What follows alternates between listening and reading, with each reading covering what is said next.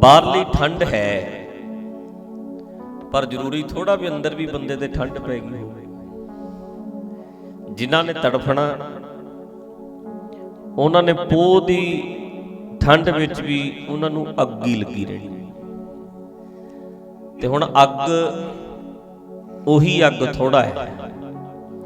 हंस हेत लोभ कोप चारे नदियां अग पवै दज्जै नानक तरीए करमी लग। कहंदे बंदा अपने आप नूं बदले धरे कर्म होवे किरपा होवे ते किरपा कराना चाहे ते बदले, जां अपने चंगे कर्म कर लवे सोच बदले विचार बदले। हंस हिंसा करनी किसे ते धक्का करना हिंसा करनी। हिंसा भी हुण तीन तरह नाल बंदा कर सकदा है, मन करके बचन करके कर्म करके। मन करके माड़ा सोची जाना भावें अगले दा माड़ा नाम ही होवे पर सोची जाना ये भी हिंसा ही होती है। अपने आप ते कर ही रहे हैं ना, किसी बारे करिए ना करिए। चलो जे किसी नूं मारन दा प्लान बनाउणा होवे कर्म दी हिंसा ते बाद च आउंदी है मन बच कर्म। मन करके बचन कहे जीभ नाल बोलना, कर्म कहिए बंदे नूं अटैक करके उहदे ते अटैक करना, उहनूं मारना, फिजिकली सट मारनी, तकलीफ देनी, लत्तां बाहां तोड़ दिओ उदां कतल कर दिओ, ये फिजिकली है। ये है कर्म करके हिंसा करनी। पर जेड़े बंदे ने किसी बंदे नूं मारन दा प्लान बनाउणा है वो हिंसा ते बाद विच प्रगट शरीर ते हुंदी है। पहलां उहदे अंदर ते हिंसा मन करके ते आ ही जानी, मन दे हिंसा करनी। हुण आले दुआले नोट करके वेखो भी कई बंदे है जेड़े कई बंदियां नूं मार नहीं सकदे, वाह नहीं चलदी जां कह लो डरदे है, घबरा जांदे है, हिम्मत नहीं करते कि मैं इहदे थप्पड़ मारां, मैं इहदियां लत्तां बाहां तोड़ दियां जां मैं इहदा कतल कर दियां। बहुत सारे बंदे कर पाउंदे नहीं पर करना चाहुंदे ने। जदों करना चाहुंदा हुंदा है बंदा कर नहीं सकदा, ओनू ते हिंसा नहीं पहुंचा सकिया। पर जिहड़ी अंदर किसी नूं दुखी करन तो पहला खुद दुखी होना पैंदा है, परेशान करन तो पहला खुद भी परेशान होना पैंदा है। अपने आप ते हिंसा कर रहा, अपने आप नाल धक्का कर रहा, किसी नूं मारना।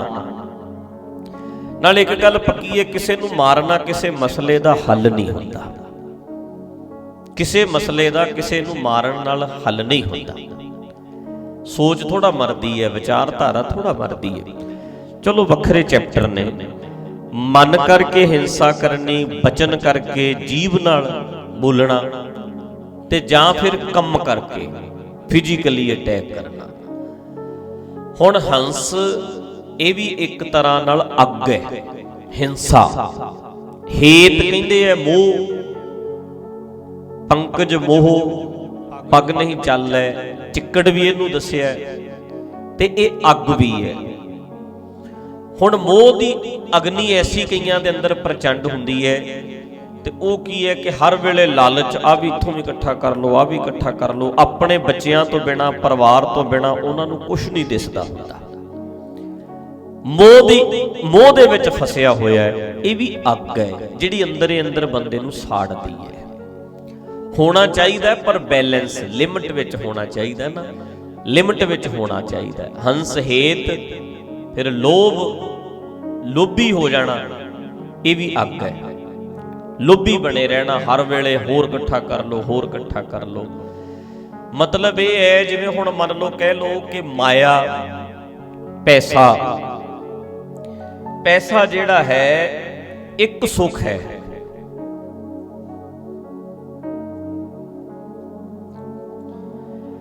पैसा जिहड़ा है वो एक सुख है, एक सुख है। पर जे भुलेखा पै जे भी यही एकमात्र सुख है, होर सुख नहीं कोई। पैसा एक सुख है। जे बंदा ये सोचे भी इहो ही एको ही एक सुख है, वो है पैसा, ਤੇ ਉਹ ਬੰਦਾ ਫਿਰ ਬਾਕੀ ਜੀਵਨ ਦੀਆਂ ਖੁਸ਼ੀਆਂ ਤੋਂ ਵਾਂਝਾ ਰਹਿ ਜਾਂਦਾ। ਇੱਕ ਚੀਜ਼ ਨਹੀਂ ਹੈ, ਪੈਸਾ ਇੱਕ ਸੁੱਖ ਹੈ, ਪਰ ਇਹ ਮੰਨ ਲੈਣਾ ਵੀ ਇੱਕੋ ਇੱਕ ਹੀ ਸੁੱਖ ਹੈ, ਬਸ ਹੁਣ ਹੋਰ ਇਕੱਠਾ ਕਰ ਲਓ, ਹੋਰ ਇਕੱਠਾ ਕਰ ਲਓ। ਤੇ ਬੰਦੇ ਪਾਗਲ ਹੋਏ ਆਪਾਂ ਵੇਖੇ ਐ, ਅੰਨੇ ਹੋਏ ਵੇਖੇ। ਇੱਕ ਮਾਤਰ ਪੈਸਾ ਹੀ ਸੁੱਖ ਸਮਝ ਲਿਆ ਉਹਨਾਂ ਨੇ, ਮਤਲਬ ਵੀ ਲੱਖ ਹੋ ਜਾਏ, ਕਰੋੜ ਹੋ ਜਾਏ, ਅਰਬ ਹੋ ਜਾਏ, ਪੈਸਾ ਹੀ ਸਭ ਕੁਝ ਨਹੀਂ ਹੁੰਦਾ। ਹਾਂ, ਪੈਸੇ ਨਾਲ ਠੀਕ ਹੈ, ਅੱਜ ਜ਼ਰੂਰੀ ਹੈ, ਪੈਸੇ ਦੀ ਲੋੜ ਹੈ, ਬੰਦੇ ਦੀਆਂ ਲੋੜਾਂ ਨੇ, ਪਰ ਜੇ ਇਹੀ ਮੰਨ ਕੇ ਚੱਲੇ ਬੰਦਾ ਵੀ ਪੈਸਾ ਹੀ ਪੈਸਾ, ਸਭ ਕੁਝ ਹੀ ਪੈਸਾ ਹੈ, ਫਿਰ ਤੇ ਵੱਡੀ ਪ੍ਰੋਬਲਮ ਹੈ, ਪਾਗਲ ਹੋ ਜਾਏਗਾ। ਕਿੰਨੇ ਰਿਸ਼ਤੇ ਵਿਗਾੜ ਲੈਂਦੇ ਆ ਅਸੀਂ ਆਪਣੇ ਪਰਿਵਾਰਾਂ ਵਿੱਚ, ਆਪਣਿਆਂ ਕਿੰਨੇ ਲੋਕਾਂ ਨਾਲ ਟੁੱਟ ਜਾਂਦੇ ਆ ਸਿਰਫ ਪੈਸੇ ਕਰਕੇ। ਲੜਾਈਆਂ ਬਹੁਤੀਆਂ ਹੈ ਹੀ ਇਹਨਾਂ ਚੱਕਰਾਂ 'ਚ, ਤੇਰ ਮੇਰ ਹੈ। ਦੁਸ਼ਮਣੀ ਪਾਉਣੀ ਹੋਵੇ, ਪੈਸਾ ਉਧਾਰ ਲੈ ਲਓ, ਦੁਸ਼ਮਣੀ ਬਣ ਜਾਂਦੀ। ਜਦੋਂ ਮੰਗਣ ਜਾਣਾ ਅਗਲਾ ਫਿਰ ਸਿੱਧੇ ਮੂੰਹ ਗੱਲ ਹੀ ਨਹੀਂ ਕਰਦਾ। ਇਹ ਆਮ ਹੀ ਗੱਲ ਹੈ, ਕਿੰਨਾ ਖਲਾਰਾ ਪੈ ਜਾਂਦਾ ਹੈ। ਸੋ ਇਸ ਕਰਕੇ ਲੋਭ ਹੈ ਜਿਹੜਾ, ਸਹਿਸ ਖਟੈ ਲਖ ਕੋ ਉਠਤਾਵੈ, ਤ੍ਰਿਪਤ ਨਾ ਆਵੈ ਮਾਇਆ ਪਾਛੈ ਭਾਵੈ। ਤ੍ਰਿਪਤੀ ਨਹੀਂ ਆਉਂਦੀ, ਸ਼ਾਂਤੀ ਨਹੀਂ ਆਉਂਦੀ, ਹੋਰ ਹੋਰ ਹੋਰ ਹੋਰ ਹੋਰ ਹੋਰ ਹੋਰ ਹੋਰ ਲਾਲਚ ਕਰੀ ਜਾਂਦਾ, ਹੋਰ ਹੋਵੇ ਹੋਰ ਹੋਵੇ। ਇਹਨਾਂ ਚੱਕਰਾਂ ਦੇ ਵਿੱਚ ਹੀ ਫਿਰ ਬੰਦਾ ਪਰੇਸ਼ਾਨ ਰਹਿਣ ਲੱਗ ਜਾਂਦਾ। ਬਾਹਰ ਵੀ ਵੇਖਦੇ ਹੀ ਆ, ਕੰਮ ਕਰਨਾ ਤਾਂ ਠੀਕ ਹੈ, 8 ਘੰਟੇ ਵੀ ਕੀਤਾ ਜਾ ਸਕਦਾ, 10 ਘੰਟੇ। ਤੇ ਸਾਡੇ ਪੰਜਾਬੀਆਂ ਦੇ ਵਿੱਚ ਕਈ ਵਾਰੀ ਉੱਥੇ ਐ ਵੇਖੀਦਾ ਵੀ ਇਹ ਜ਼ਿੰਦਗੀ ਤੇ ਭੁੱਲ ਹੀ ਗਿਆ, ਜ਼ਿੰਦਗੀ ਭੁੱਲ ਗਿਆ, ਜ਼ਿੰਦਗੀ ਨਹੀਂ ਜੀਵੀ। ਬੱਚੇ ਐਸ਼ ਕਰਦੇ ਐ, ਪਰ ਮਾਪੇ ਕਈ ਵਾਰੀ ਇੰਨੇ ਕੁ ਹੋਏ ਹੁੰਦੇ ਐ, ਘਰ 1 ਖਰੀਦ, 2 ਖਰੀਦ, 3 ਖਰੀਦ, 4 ਘਰ ਫਰੀ, ਤੇ ਗੋਰੇ ਕਿਰਾਏ ਤੇ ਵੀ ਸਾਰੀ ਜ਼ਿੰਦਗੀ ਕੱਢ ਲੈਂਦੇ ਆ, ਪਰ ਜ਼ਿੰਦਗੀ ਨੂੰ ਮਾਣਦੇ ਆ, ਜ਼ਿੰਦਗੀ ਨੂੰ ਵੇਖਦੇ ਆ। ਘੁੰਮਣ ਜਾਣਗੇ, 3 ਮਹੀਨੇ ਬਾਅਦ ਛੁੱਟੀ ਕਰਨਗੇ, 6 ਮਹੀਨੇ ਬਾਅਦ, ਸਾਲ 'ਚ 3-4 ਵਾਰੀ ਬਾਹਰ ਜਾਣਗੇ, ਹਰ ਵੀਕਐਂਡ ਤੇ ਜਾਣਗੇ, ਪਰ ਉਹ ਜ਼ਿੰਦਗੀ ਨੂੰ ਵੇਖਦੇ ਆ। ਸਾਡੇ 'ਚ ਲਾਲਚ ਪੈਦਾ ਹੋ ਜਾਂਦਾ, ਅਸੀਂ ਲੱਖਾਂ ਦਾ ਹਿਸਾਬ ਲਾਈ ਜਾਂਦੇ ਆ। ਉਹ ਕਰਦਾ ਕਰਦਾ ਬੰਦਾ ਇਕੱਠਾ। ਇੱਕ ਹੋਰ ਵੱਡੇ ਪੰਗੇ ਐ ਜਿਹੜੇ ਆਲੇ ਦੁਆਲੇ ਵਾਲਿਆਂ ਦਾ ਸਾਰਾ ਕੁਝ ਕਰਦਾ ਬੰਦਾ, ਵੀ ਫਲਾਣੀ ਮਾਸੀ, ਫਲਾਣੀ ਭੂਆ, ਫਲਾਣਾ ਚਾਚਾ, ਫਲਾਣਾ ਤਾਇਆ, ਫਲਾਣਾ ਭੂਆ ਦੀ ਕੁੜੀ, ਫਲਾਣਾ ਮੁੰਡੇ ਦਾ, ਮਾਸੀ ਦਾ ਮੁੰਡਾ। ਇਹ ਚੱਕਰਾਂ 'ਚ ਪੈ ਕੇ ਫਲਾਣੇ ਦਾ ਵਿਆਹ, ਫਲਾਣੇ ਦਾ ਜੰਮਿਆ, ਫਲਾਣੇ ਦਾ ਮਰਿਆ, ਇਹਨਾਂ ਚੱਕਰਾਂ ਦੇ ਵਿੱਚ ਪਿਆ ਹੋਇਆ ਫਿਰ ਆਪਣੀ ਜ਼ਿੰਦਗੀ ਜਿਹੜੀ ਹੈ ਭੁੱਲ ਹੀ ਜਾਂਦਾ। ਤਾਂ ਕਰਕੇ ਆਪਾਂ ਇਹ ਵੀ ਗੱਲ ਕਈ ਵਾਰੀ ਕੀਤੀ ਨਾ ਵੀ ਆਪਣੇ ਆਪ ਨੂੰ ਰਿਵਾਰਡ ਦਿਓ। ਇੱਕ ਸ਼ਾਬਾਸ਼ ਲੋਕ ਦਿੰਦੇ ਹੁੰਦੇ ਆ ਕਿ ਜਿਹੜੇ ਬੰਦੇ ਵਧੀਆ ਕਾਮੇ ਹੋਣ ਉਹ ਆਪਣੇ ਆਪ ਨੂੰ ਸ਼ਾਬਾਸ਼ ਦਿਆ ਕਰੋ। ਆਪਣੇ ਆਪ ਨੂੰ ਸ਼ਾਬਾਸ਼ ਕੀ ਹੁੰਦੀ ਹੈ? 100 ਦੇ ਵਿੱਚੋਂ 10 ਰੁਪਏ ਆਪਣੇ ਤੇ ਖਰਚੋ, ਆਪਣੇ ਆਪ ਨੂੰ ਸ਼ਾਬਾਸ਼ ਦੇਣੀ ਪੈਣੀ। ਲੱਖ ਰੁਪਇਆ ਕਮਾ ਰਹੇ ਹੋ ਮਹੀਨੇ ਦਾ, 90,000 ਹੀ ਮੰਨੋ, 10,000 ਆਪਣੇ ਤੇ ਖਰਚ ਲਓ। ਫਿਰ ਬੰਦਾ ਕਦੇ ਪਤਾ ਕੀ, ਜਿਹੜਾ ਹੁਣ ਮੰਨ ਲਓ 100 ਰੁਪਇਆ ਕਮਾਵੇ ਦਿਹਾੜੀ ਦਾ, 100 ਦੇ ਵਿੱਚੋਂ 10 ਰੁਪਈਆਂ ਦਾ 버ਗਰ ਲੈ ਕੇ ਖਾ ਲਵੇ ਮੰਨ ਲਓ, ਅਗਲੇ ਦਿਨ 10 ਰੁਪਈਆਂ ਦੀ ਕੋਈ ਕੁਲਫੀ ਖਾ ਲਵੇ, ਅਗਲੇ ਦਿਨ 10 ਰੁਪਈਆਂ ਦੀਆਂ ਕੋਈ ਟੋਫੀਆਂ ਹੀ ਖਰੀਦ ਕੇ ਖਾ ਲਵੇ, ਅਗਲੇ ਦਿਨ ਕੁਝ 10 ਰੁਪਈਆਂ ਦੀ ਮੂੰਗਫਲੀ ਖਰੀਦ ਕੇ ਖਾ ਲਵੇ, ਅਗਲੇ ਦਿਨ 90 ਰੁਪਏ ਦਿੱਤੇ, 10 ਰੁਪਈਆਂ ਦੀ ਗੱਚਕ ਖਾ ਲਈ। ਜੋ ਜੀ ਕਰਦਾ ਉਹਦਾ 10 ਰੁਪਏ ਦਾ ਖਾ ਲਵੇ। ਇਹ ਗਰੰਟੀ ਹੈ ਬੰਦਾ ਜ਼ਿੰਦਗੀ 'ਚ ਕਦੇ ਇਹ ਨਹੀਂ ਕਹੂਗਾ ਮੈਂ ਕੀ ਖੱਟਿਆ। ਬੜੇ ਬੰਦਿਆਂ ਦੇ ਮੂੰਹ 'ਚੋਂ ਇਹ ਸ਼ਬਦ ਸੁਣਿਆ ਹੋਣਾ, ਮੈਂ ਕੀ ਖੱਟਿਆ। ਕਰੋੜਾਂ ਰੁਪਈਆਂ ਦੇ ਮਾਲਕ ਵੀ ਕਹਿ ਦੇਣਗੇ ਮੈਂ ਕੀ ਖੱਟਿਆ। ਪਰ ਜੇ ਆਪਣੇ ਆਪ ਨੂੰ ਤੁਸੀਂ ਸ਼ਾਬਾਸ਼ ਦਿੰਦੇ ਰਹਿਣਾ ਨਾ, ਰਿਵਾਰਡ ਦਿੰਦੇ ਰਹਿਣਾ, ਇੱਕ ਨਾ ਥਾਪੀ ਦੇਣੀ ਹੁੰਦੀ ਹੈ, ਥਾਪੀ ਵੀ ਵਾਹ ਬਈ ਵਾਹ, ਆਪਣੇ ਆਪ ਨੂੰ ਵੀ ਦੇਣੀ ਹੁੰਦੀ ਹੈ ਰਿਲੈਕਸ ਹੋਣ ਵਾਸਤੇ। ਹੁਣ ਇੱਕ ਬੰਦੇ ਨੇ ਮੰਨ ਕੇ ਚੱਲੋ ਬਈ 10,000 ਰੁਪਈਆ ਕਮਾਇਆ ਮਹੀਨੇ ਦਾ, ਉਹਨੇ 1000 ਰੁਪਈਆ ਆਪਣੇ ਤੇ ਲਾ ਲਿਆ, 9,000 ਰੁਪਈਆ ਉਹਦੇ ਬੱਚਿਆਂ ਤੇ, ਪਰਿਵਾਰ ਤੇ, ਸਾਰੇ ਪਾਸੇ ਕਰ ਲਿਆ। 1000 ਨਾ ਲਾਵੇ, 500 ਹੀ ਲਾ ਲਵੇ, 500 ਕੱਢ ਲਵੇ। ਉਹਦੇ ਵਿੱਚ ਉਹਨੇ ਮੰਨ ਲਓ 500 ਰੁਪਏ ਦੀ ਇੱਕ ਸ਼ਰਟ ਖਰੀਦ ਲਈ ਜਾਂ 500 ਰੁਪਏ ਦਾ ਜੁੱਤਾ ਖਰੀਦ ਲਿਆ।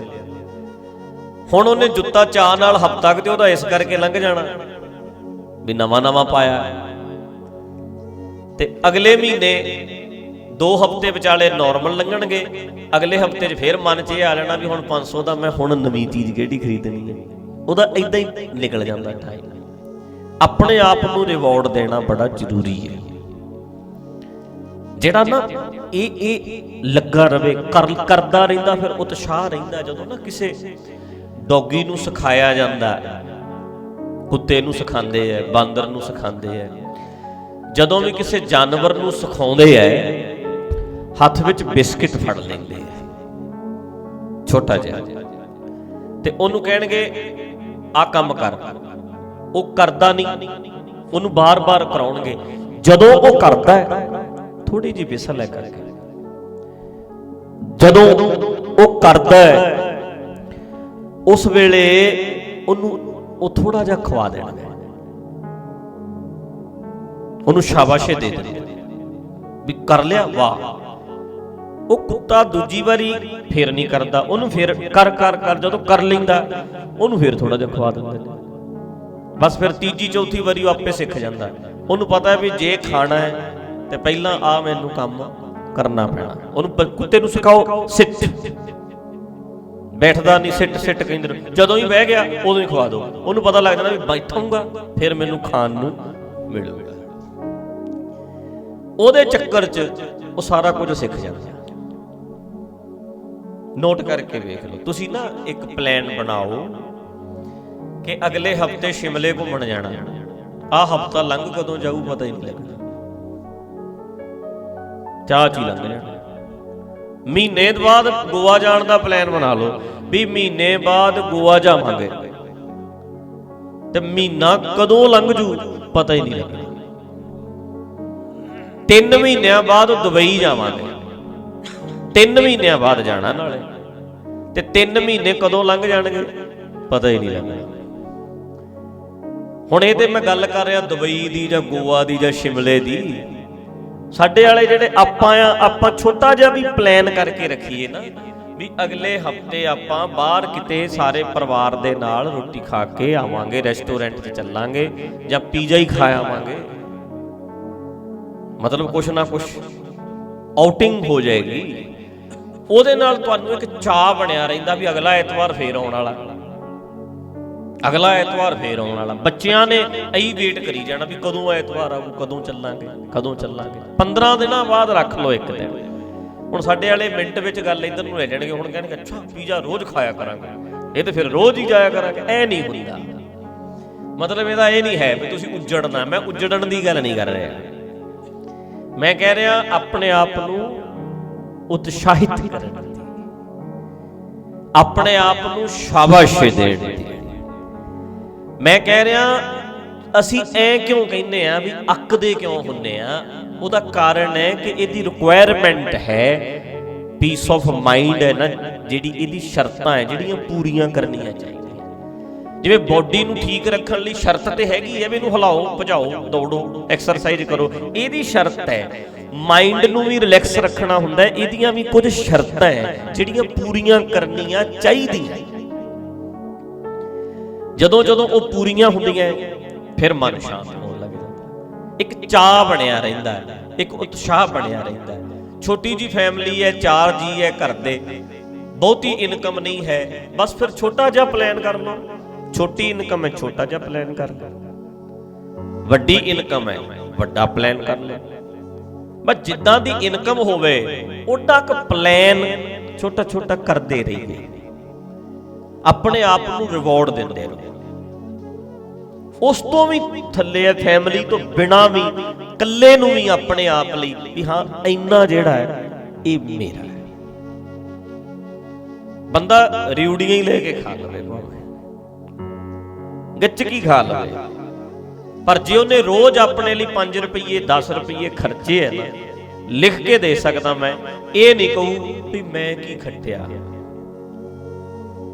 ਮੈਂ ਤੇ ਕੁਝ ਵੀ ਨਹੀਂ ਖੱਟਿਆ, ਮੈਂ ਤੇ ਸਾਰਾ ਕੁਝ।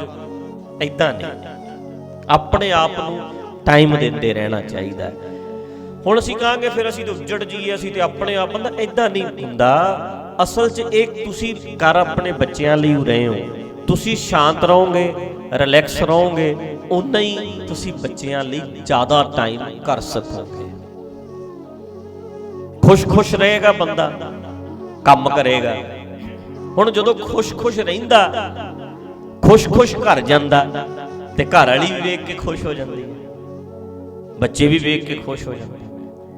ਖੁਸ਼ ਤੇ ਹੈ ਉਹ ਜਦੋਂ ਤੁਸੀਂ ਰਿਲੈਕਸ ਰਹਿੰਦੇ ਹੈ ਤੇ ਨਿਆਣੇ ਜਿਹੜੇ ਨੇ ਉਹ ਫੀਲ ਕਰ ਜਾਂਦੇ ਹੈ, ਉਹਨਾਂ ਨੂੰ ਮਹਿਸੂਸ ਹੋ ਜਾਂਦਾ ਹੈ, ਬੱਚਿਆਂ ਨੂੰ, ਘਰ ਵਾਲੀ ਨੂੰ ਇਹ ਮਹਿਸੂਸ ਹੁੰਦਾ ਹੈ।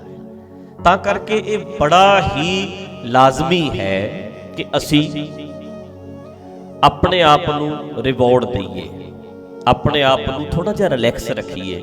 ਪਰ ਪੰਗਾ ਕੀ ਹੈ ਕਿ ਜਦੋਂ ਇਸ, ਜਿਹਨੂੰ ਅਸੀਂ ਪੰਜਾਬੀ 'ਚ ਕਹਿੰਦੇ ਨੇ ਗਧੀ ਗੇੜ 'ਚ ਬੰਦਾ ਪੈਂਦਾ, ਇਸ ਚੱਕਰੀ 'ਚ ਪੈ ਜਾਂਦਾ ਹੈ, ਇਸ ਉਲਝਣ 'ਚ ਪੈਂਦਾ ਹੈ, ਫਿਰ ਲੱਗਿਆ ਹੀ ਰਹਿੰਦਾ, ਫਿਰ ਜਿਉਂ ਕੁੱਕਰ ਹਰਕਾਇਆ ਵਾਲਾ ਕੰਮ ਹੋ ਜਾਂਦਾ। ਹਲਕਿਆ ਕੁੱਤਾ ਜਿਉਂ ਕੁੱਕਰ ਹਰਕਾਇਆ ਧਾਵੈ ਦਹਿ ਦਿਸ ਜਾਏ, ਲੋਭੀ ਜੰਤ ਨਾ ਜਾਣੀ ਭੱਖ ਅਪੱਖ ਸਭ ਖਾਏ।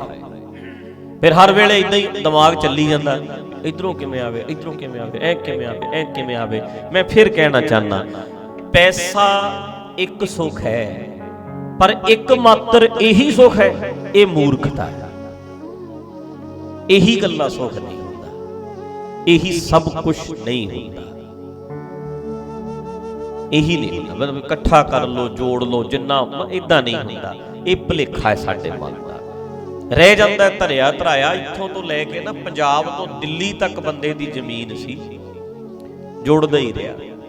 ਇਹ ਸ਼ਹਿਰ 'ਚ ਵੀ, ਇੱਥੇ ਵੀ ਮਤਲਬ ਅਰਬਾਂ ਖਰਬਾਂ ਦਾ ਮਾਲਕ ਹੈ। ਜਵਾਨ ਪੁੱਤ ਸਾਹਮਣੇ ਤੁਰ ਗਿਆ, ਨਸ਼ੇ ਦੇ ਵਿੱਚ ਪੈ ਗਿਆ, ਗਰਕ ਗਿਆ ਸਾਰਾ। ਤੇ ਜਿੱਥੇ ਜਿਹੜੇ ਬੰਦੇ ਬੈਠੇ ਸੀ, ਉਹਨਾਂ ਨੇ ਉੱਥੇ ਦੱਬ ਲਈ।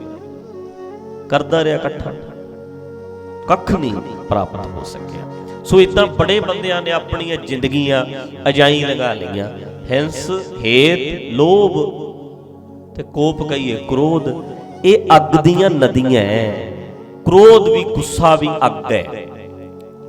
ਇਹ ਦੂਜੇ ਤੇ ਕੱਢਣ ਤੋਂ ਪਹਿਲਾਂ ਬੰਦੇ ਨੂੰ ਆਪ ਨੂੰ ਸਾੜਦਾ ਹੈ, ਜਦੋਂ ਨਿਕਲਦਾ ਫਿਰ ਦੂਜੇ ਨੂੰ ਸਾੜਦਾ ਹੈ।